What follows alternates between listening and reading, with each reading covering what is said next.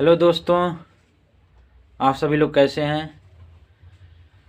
तो आज पढ़ा जाएगा जीव विज्ञान। हम सभी लोग पढ़ेंगे जीव विज्ञान। जीव विज्ञान में पढ़ेंगे जनक क्या है, शब्द सबसे पहले किसने प्रयोग किया, और इसके अंतर्गत सबसे पहले हम स्टार्टिंग करेंगे कोशिका के बारे में। सेल जो है क्या है उसके बारे में डिटेल से हम सभी लोग पढ़ेंगे। बात किया जाए जीव विज्ञान, जीव विज्ञान के जनक कौन है, या जनक या पिता कौन है, अरस्तु।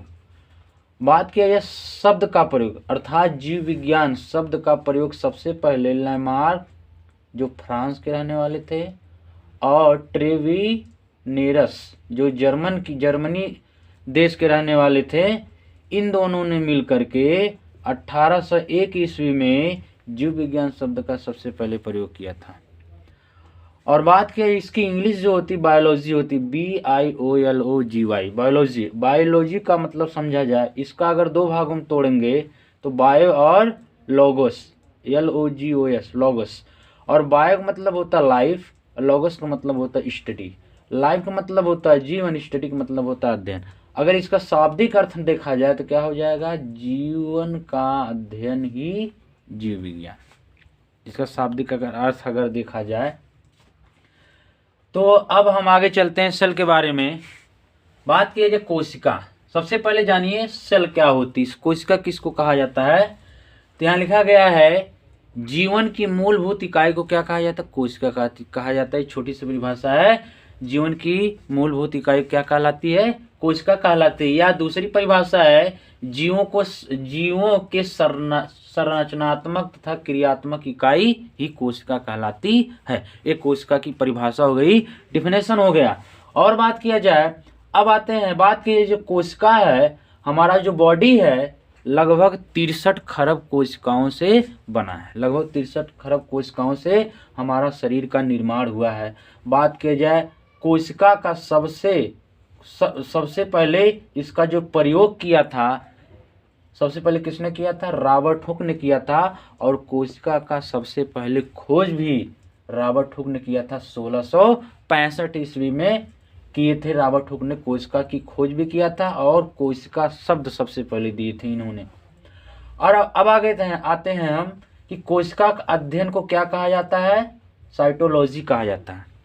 साइटोलॉजी, कोशिका के अध्ययन को साइटोलॉजी कहा जाता है। बात किया जाए जो रॉबर्ट हुक ने कोशिका की खोज किया था वह मृत कोशिका की खोज किया था।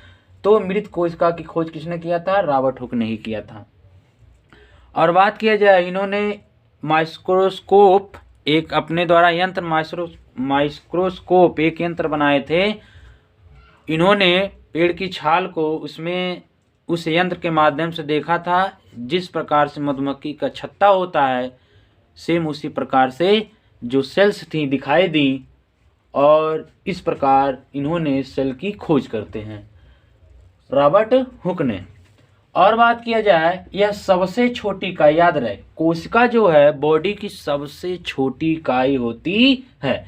तो यहाँ हम आपको यहाँ बगल में एक साइड में कुछ डायग्राम इस प्रकार से बनाए हैं।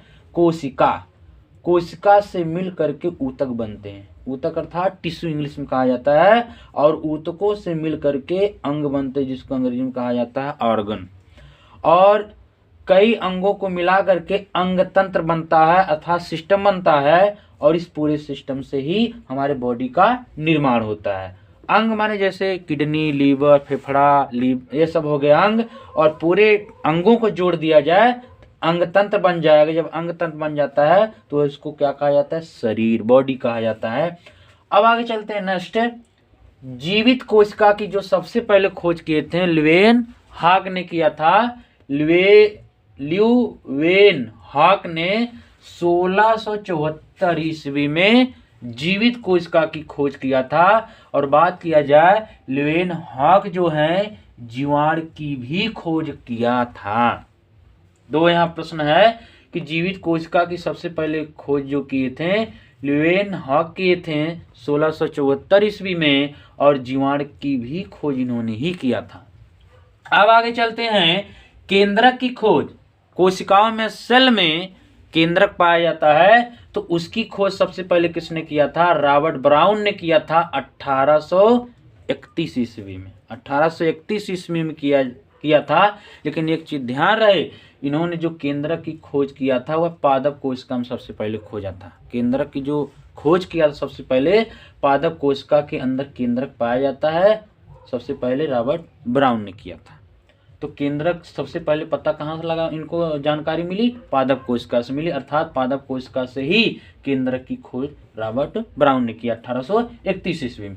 अब आते जीवाणुओं में जो सबसे छोटी कोशिका होती है माइकोप्लाज्मा को होती है, लगभग इसका व्यास जो होता है 0.1 माइक्रोन से लेकर के 0.3 माइक्रोन तक होती है। और बात किया जाए सबसे बड़ी कोशिका जो होती है शुतुरमुर्ग के अंडे की होती है। शुतुरमुर्ग के अंडे की सबसे बड़ी सेल होती कोशिका होती है, इसका व्यास लगभग होता है 135 mm है ना, से लेकर के 170 mm तक होती है। और बात किया जाए सबसे लंबी कोशिका जो शरीर की होती कौन सी होती है, तंत्रिका तंत्र, जिसको न्यूरॉन भी कहा जाता है। तंत्रिका तंत्र जो होती है वह शरीर की सबसे लंबी कोशिका होती है, 90 सेंटीमीटर से लेकर के 1 मीटर तक इसकी लंबाई लगभग होती है। अब मानव शरीर की जो सबसे छोटी कोशिका है वह क्या है, शुक्राणु, जिसको कहा जाता है स्पर्म कहा जाता है। शुक्राणु वह मानव शरीर की सबसे छोटी कोशिका है दोस्तों।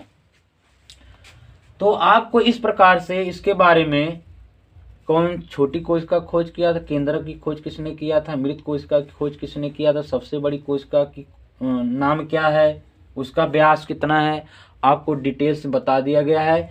जीव विज्ञान का मतलब समझा दिया गया है आपको, जनक कौन है, शब्द का प्रयोग किसने किया था, बायोलॉजी को 2 भागों में तोड़ा गया, ग्रीक भाषा से बना है, 2 भागों में तोड़ेंगे तो बायो का लाइफ हो गया, लोगोस का हो गया स्टडी हो गया, लाइफ का जीवन हो गया। इस प्रकार से जीवन अध्ययन मिला करके जीवन का अध्ययन दैट इज जीव विज्ञान हो गया। तो इस प्रकार से हम अब एक चीज याद रहे, हमारी जो कोशिका होती है जो शरीर का निर्माण करती है, जिस प्रकार से एक मकान बनता है ईंट बालू सीमेंट सरिया, जिस प्रकार से जोड़ जोड़ के बना होता है, उसी प्रकार से हमारे बॉडी के अंदर जो सेल्स होती हैं वह हमारे शरीर का निर्माण करती हैं। अब यह मकान जो है क्वालिटी के ऊपर निर्भर करता है कि किस प्रकार की सरिया लगी, किस प्रकार का सीमेंट लगा है, किस प्रकार का ईंटा लगा है।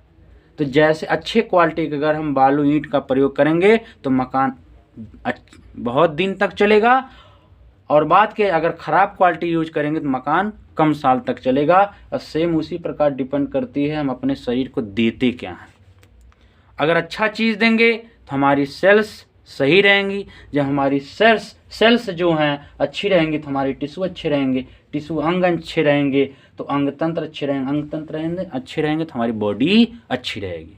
रोजाना हमको 45-46 पोषक तत्वों की जरूरत होती है, लेकिन परंतु हम लोग ले नहीं पाते हैं। बात किया जाए कैल्शियम शरीर के लिए 1000 mg जरूरी होता है प्रतिदिन, लेकिन हम लोग क्या करते हैं, कुछ लोग खान पान से प्राप्त कर लेते हैं, लेकिन पूरा जितना चाहिए प्रतिदिन नहीं मिल पाता है।